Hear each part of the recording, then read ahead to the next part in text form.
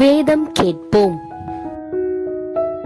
லேவியராகமம் 8ஆம் அதிகாரம். கர்த்தர் மோசேயை நோக்கி, நீ ஆரோனையும் அவன் குமாரரையும் வரவழைத்து வஸ்திரங்களையும் அபிஷேக தைலத்தையும் பாவநிவாரண பலிக்கு ஒரு காளையும் 2 ஆட்டுக்கடாக்களையும் ஒரு கூடையில் புளிப்பில்லா அப்பங்களையும் கொண்டு வந்து சபையை எல்லாம் ஆசரிப்பு கூடார வாசலுக்கு முன்பாக கூடிவர செய் என்றார்.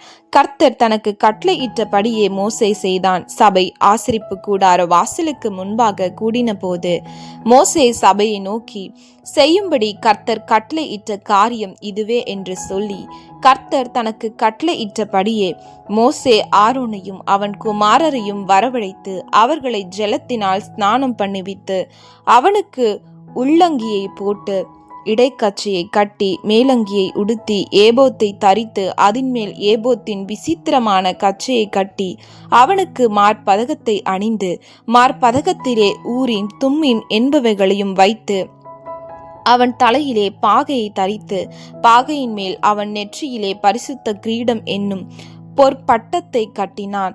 பின்பு மோசே அபிஷேக தைலத்தை எடுத்து வாசஸ்தலத்தையும் அதிலுள்ள யாவற்றையும் அபிஷேகம் பண்ணி பரிசுத்தப்படுத்தி அதில் கொஞ்சம் எடுத்து பலிபீடத்தின் மேல் 7 தரம் தெளித்து பலிபீடத்தையும் அதன் சகல பனிமுட்டுகளையும் தொட்டியையும் அதன் பாதத்தையும் பரிசுத்தப்படுத்தும்படிக்கு அபிஷேகம் பண்ணி அபிஷேக தைலத்திலே கொஞ்சம் ஆரோனுடைய சிரசின் மேல் வார்த்து அவனை பரிசுத்தப்படுத்தும்படி அபிஷேகம் பண்ணினான்.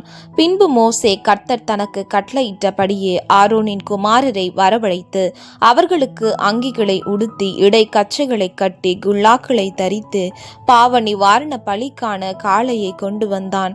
அதனுடைய தலையின் மேல் ஆரோனும் அவன் குமாரரும் தங்கள் கைகளை வைத்தார்கள். அப்பொழுது அது கொல்லப்பட்டதும் மோசே அதன் இரத்தத்தை எடுத்து தன் விரலினால் பலிபீடத்தின் கொம்புகளின் மேல் சுற்றிலும் பூசி பலிபீடத்திற்காக பிரயச்சித்தம் செய்து மற்ற இரத்தத்தை பலிபீடத்தின் அடியில் ஊற்றிவிட்டு அதன் மேல் பாவநிவர்த்தி செய்யும் பொருட்டு அதை பரிசுத்தப்படுத்தினான்.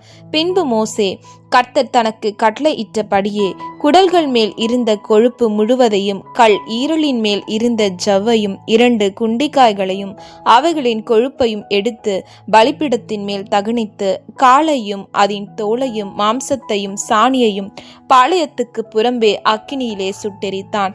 பின்பு அவன் சர்வாங்க தகன பலிக்கு ஆட்டுக்கடாவை கொண்டு வந்தான். அதன் தலையின் மேல் ஆரோனும் அவன் குமாரரும் தங்கள் கைகளை வைத்தார்கள். அப்பொழுது அது கொல்லப்பட்டதும் மோசே அதன் இரத்தத்தை பலிபீடத்தின் மேல் சுற்றிலும் தெளித்தான். ஆட்டுக்கடா சந்து சந்தாக துண்டிக்கப்பட்டது. கர்த்தர் தனக்கு கட்டளையிட்டபடியே மோசே அதன் தலையையும் துண்டங்களையும் கொழுப்பையும் தகனித்தான். குடல்களையும் தொடைகளையும் தண்ணீரால் கழுவின பின் மோசே ஆட்டுக்கடா முழுவதையும் பலிபீடத்தின் மேல் கர்த்தருக்கு சுகந்த வாசனை காண சர்வாங்க தகன பலியாக தகனித்தான்.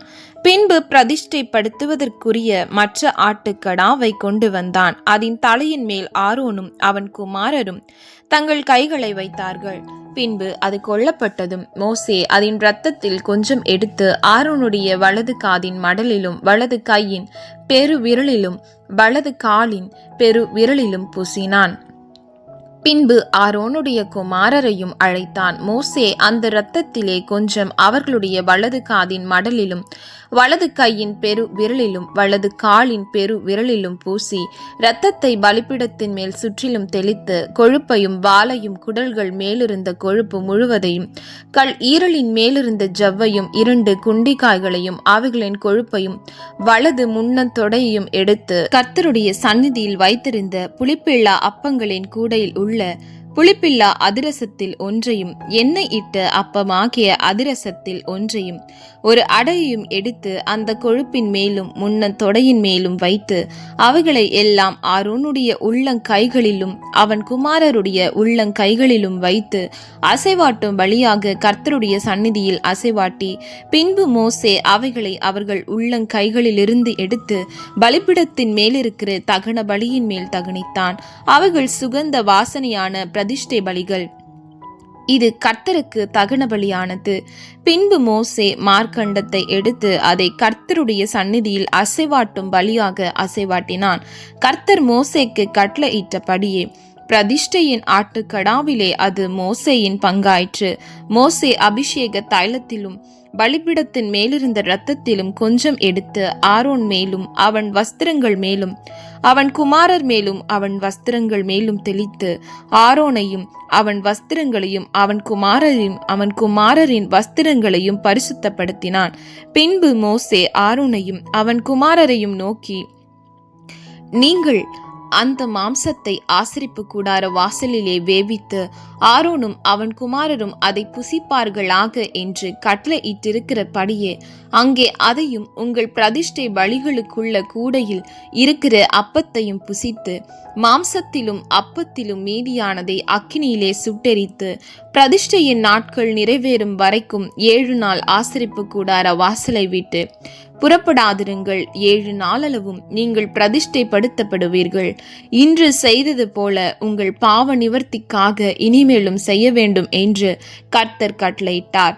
நீங்கள் சாகாதபடிக்கு 7 நாள் இரவும் பகலும் ஆசரிப்பு கூடார வாசலிலிருந்து கர்த்தருடைய காவலை காக்க கடவீர்கள். இப்படி நான் கற்பிக்கப்பட்டேன் என்றான்.